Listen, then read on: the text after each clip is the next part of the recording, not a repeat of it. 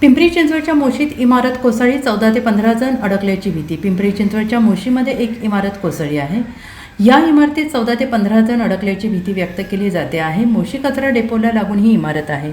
अतिवृष्टीमुळे हा कचऱ्याचा डोंगर इमारतीवर आला आहे, त्यामुळे ही दुर्घटना घडल्याचा प्राथमिक अंदाज आहे. दुसरीकडे पुणे शहर, उपनगरे आणि पिंपरी चिंचवड परिसरामध्ये पावसाचा जोर कमालीचा वाढला आहे. सातत्यानं होणाऱ्या मुसळधार पावसामुळे सखल भागामध्ये पाणी साचण्यास सुरुवात झाली आहे.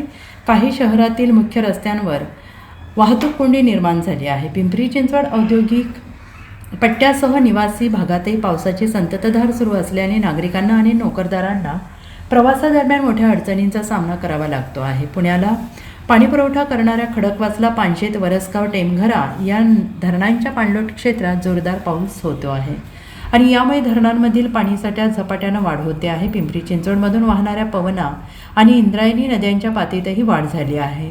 या पार्श्वभूमीवर नदीकाठच्या विशेषतः सखल भागात राहणाऱ्या नागरिकांना प्रशासनाने सतर्कतेचा इशारा दिला आहे.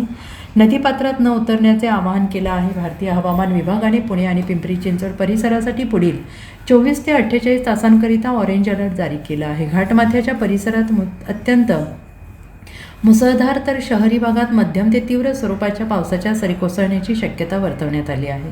नागरिकांनी अत्यंत आवश्यक काम असल्याशिवाय घराबाहेर पडू नये. जुनाट इमारती, झाडे तसेच वीज वाहक तारांपासून दूर राहावे अशा सूचना स्थानिक प्रशासनाकडून देण्यात आल्या आहेत. Bureau report, SBN Marathi, Pune.